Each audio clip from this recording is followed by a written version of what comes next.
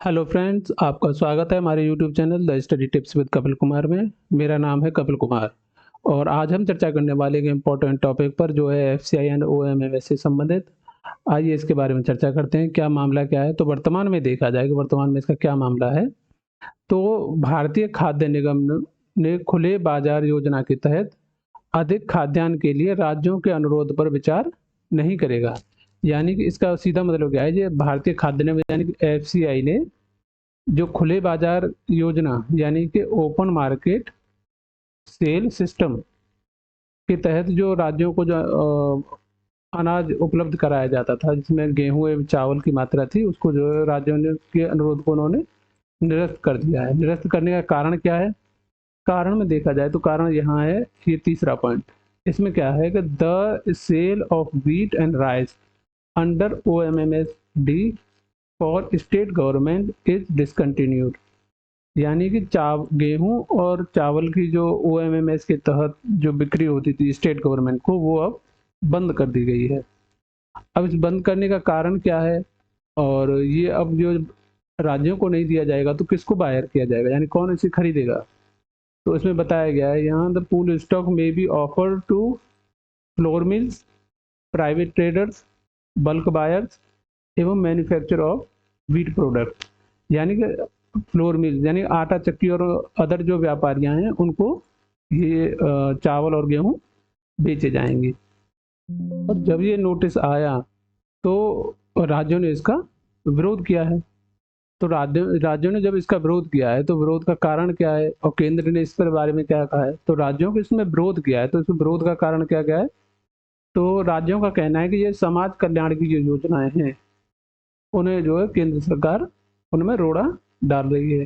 राज्यों का ये कहना है। इसमें वर्तमान में देखा जाए तो कर्नाटक में जो अन्न भाग्य योजना थी, इस परिप्रेक्ष्य क्या है?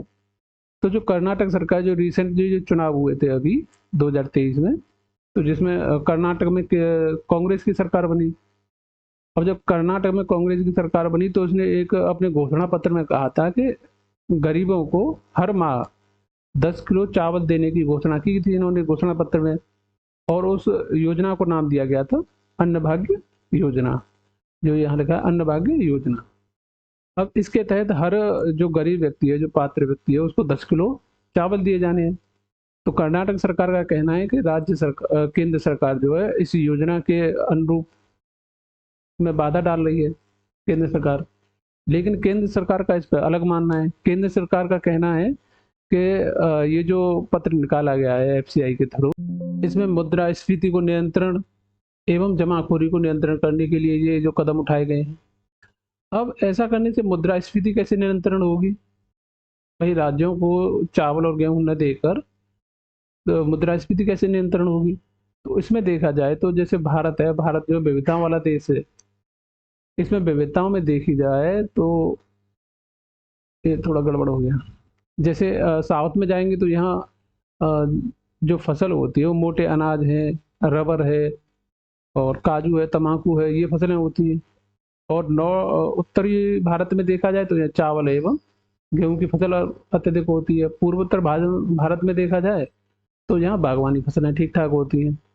तो जो विविधताएं हैं, तो एफसीआई का कार्य ये है कि यहाँ से जो चावल है, इसकी मात्रा को पूर्वी और साउथ में वितरित करना।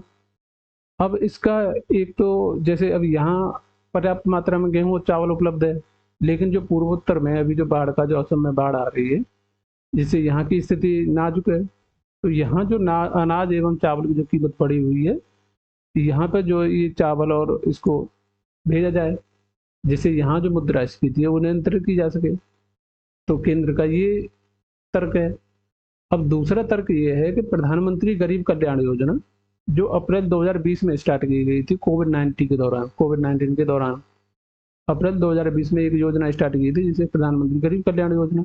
इस योजना के अंतर्गत 80 करोड़ जो आर्थिक रूप से कमजोर लोग हैं, जैसे जो सड़क पर रहते हैं या फिर जो कचरा उठाने वाले हैं या फिर रिक्शा चलाने वाले हैं, या जो आर्थिक रूप से कमजोर व्यक्ति हैं, जो पात्र हैं, उनको जो 5 किलो गेहूं या चावल मुफ्त में दिया जाता है।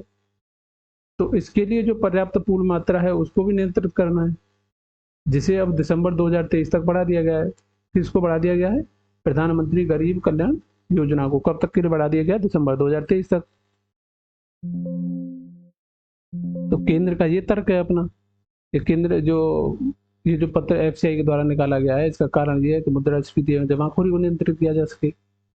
अब इसमें देखा जाए तो एफसीआई क्या है, यानी कि एफसीआई के थ्रू ये जो पत्र निकला है केंद्र सरकार द्वारा, इसमें एफसीआई क्या है? तो एफसीआई की जो स्थापना हुई थी वो 1965 में हुई थी, खाद्य निगम अधिनियम 1964 के तहत। किसके तहत? खाद्य निगम अधिनियम 1964 के तहत। इसका मुख्यालय नई दिल्ली में है। अब इसके कार्य देखे जाएंगे, एफसीआई के कार्य क्या है? तो एफसीआई का कार्य है भारत में खाद्य सुरक्षा प्रणाली का प्रबंधन करना। यानी कि खाद्य सुरक्षा प्रणाली क्या है फिर? भाई एफसीआई का कार्य यह है कि भारत में खाद्य सुरक्षा प्रणाली को नियंत्रण करना या प्रबंधन करना। तो खाद्य सुरक्षा प्रणाली क्या है? तो खाद्य सुरक्षा प्रणाली को देखा जाए तो खाद्य सुरक्षा प्रणाली है कि किसी भी व्यक्ति को आसानी से खाना उपलब्ध होना, देश के प्रत्येक व्यक्ति को आसानी से खाना उपलब्ध कराना, ये एफसीआई के तहत ही आता है। इसका प्रबंधन कार्य करना, देश में खाद्यान्नों की पर्याप्त उपलब्धता सुनिश्चित करने, यानी कि देश में जो खाद्यान्नों की जो पर्याप्त मात्रा है वो उपलब्ध रहे। और दूसरा कार्य यह है बाजार में मूल्य स्थिरता बनाए रखने के लिए, यानी कि जैसे खाद्य सामग्रियों के दाम बढ़ते हैं तो उसमें जो है एफसीआई अपने स्टॉक से जो चावल और गेहूं है उनको निकाल देती है, जिससे बाजार में गेहूं और चावल की मात्रा अधिक हो जाती है और मुद्रास्फीति नियंत्रण हो जाती है। तो ये भी इसका कार्य है एफसीआई का। और एफसीआई की स्थापना 65 में 64 के तहत की गई थी, तो मुख्यालय नई दिल्ली में। अब एफसीआई देख लिया तो अब ओएमएमएस क्या है, यानी कि ओएमएस प्रणाली के तहत जो जो कार्य किया जा रहा है, तो ओएमएमएस प्रणाली की जो है इसके क्या फायदे हैं, क्या नुकसान है? ओएमएसएस का क्या मतलब है? Open market sale scheme. अब इसके क्या फायदे हैं, क्या नुकसान है, इसके कार्य क्या हैं? तो एफसीआई जो है, जो फूड कॉरपोरेशन ऑफ इंडिया है, मार्केट में खाद्यान्नों की आपूर्ति के लिए समय समय पर खुले बाजार में नीलामी के माध्यम से गेहूं एवं चावल के अधिशेष को, यानी कि अधिशेष को पूर्व निर्धारित कीमतों पर बेचता है। जो प्रक्रिया होती है उस प्रक्रिया को कहते हैं हम ओएमएमएस, यानी कि ओपन मार्केट सेल स्कीम। इसका कार्य क्या है ओएमएमएस का? कि मार्केट में खाद्यान्नों की आपूर्ति बढ़ाने के लिए समय समय पर बाजार में नीलामी के माध्यम से, किसके माध्यम से किया जाता है? नीलामी। और जो नीलामी कौन सी होती है? ई नीलामी, यानी कि कंप्यूटर के माध्यम से। ई नीलामी के माध्यम से गेहूं एवं चावल के अधिशेष, यानी कि जो मात्रा एफसीआई के जो स्टॉक में जो मात्रा है उससे अधिक है, जो अधिक है उसी को सिर्फ बेचा जाता है। और उनकी कीमतें कौन सी होती है? कीमतें जो होती है जो पूर्व निर्धारित होती है। ऐसा नहीं है इसकी कीमतें रोज रोज चेंज होता है, कीमतें वो है जो पूर्व निर्धारित होती हैं। अब इस ओएमएमएस जो प्रक्रिया है, ओपन मार्केट सेल स्कीम, इस ओएमएमएस प्रक्रिया के कुछ फायदे हैं और कुछ नुकसान भी हैं। अब इसके फायदों में देखा जाए तो इसके फायदे क्या क्या हैं? तो फायदे में व्यापारियों के लिए फायदेमंद है। अब ये व्यापारियों के लिए फायदेमंद कैसे है? क्योंकि व्यापारियों को नीलामी की वजह से जाना नहीं पड़ता कहीं। सब जो अनाज है या चावल है वो उसे वहीं एक ही जगह सब उपलब्ध हो जाता है, इधर उधर भटकना नहीं पड़ता। तो व्यापारियों के लिए फायदेमंद है। उपभोक्ताओं के लिए विकल्पों में वृद्धि, यानी कि जब ई नीलामी की वजह से हर कोई व्यक्ति इसे खरीद सकता है, हर व्यापारी। और जब हर व्यापारी इसे खरीद सकता है तो उपभोक्ता है, जो कंज्यूमर है, उनके पास कई चॉइस हैं खरीदने की, वो किसी से भी खरीद सकते हैं। तो उनके पास जो विकल्पों की मात्रा में वृद्धि हो जाती है, दरों में प्रतिस्पर्धा होती है। यानी कि जब उसमें कई व्यापारी हैं तो जो उपभोक्ता हैं वो जो कम दरों पर बेचेगा वो उसे खरीद लेंगे, तो उससे दरों में जो प्रतिस्पर्धा है वो भी बनी रहती है। अब इससे कुछ हानियां भी हैं, ओएमएमएस से, ओपन मार्केट सेल स्कीम से कुछ हानियां भी हैं। अब इन हानियों में देखा जाए तो हानियां कौन कौन सी हैं? तो हानियों में देखा जाए तो डुप्लीकेट सामान, यानी कि ई नीलामी होती है तो उसमें डुप्लीकेट सामान होने की चिंता रहती है। दूसरा ये है कि सहयोग की कमी रहती है, कि किसी व्यक्ति को हम जानते नहीं और देखते नहीं और ई नीलामी की वजह से वो सामान खरीद रहा है। तो उसमें सहयोग की कमी भी रहती है, गुणवत्ता का अभाव रहता है। अब इस गुणवत्ता के अभाव में क्या है कि जैसे चावल है या गेहूँ है या अदर कोई सामान है, उसकी जो मात्रा है वो उसके अनुरूप नहीं है, मूल्य के अनुरूप नहीं है। यानी कि मूल्य से कम मूल्य का जो चावल है या गेहूँ है, वो इसमें बेचा जा रहा है, तो इसका ये भी एक नुकसान है।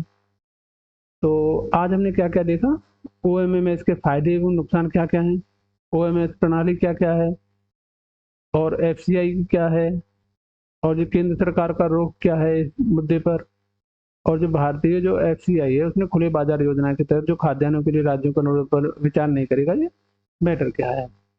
तो आज के लिए बस इतना ही, कल मिलेंगे फिर किसी नए टॉपिक के साथ, तब तक के लिए नमस्कार, थैंक यू, धन्यवाद and like share and subscribe कर देना, थैंक यू।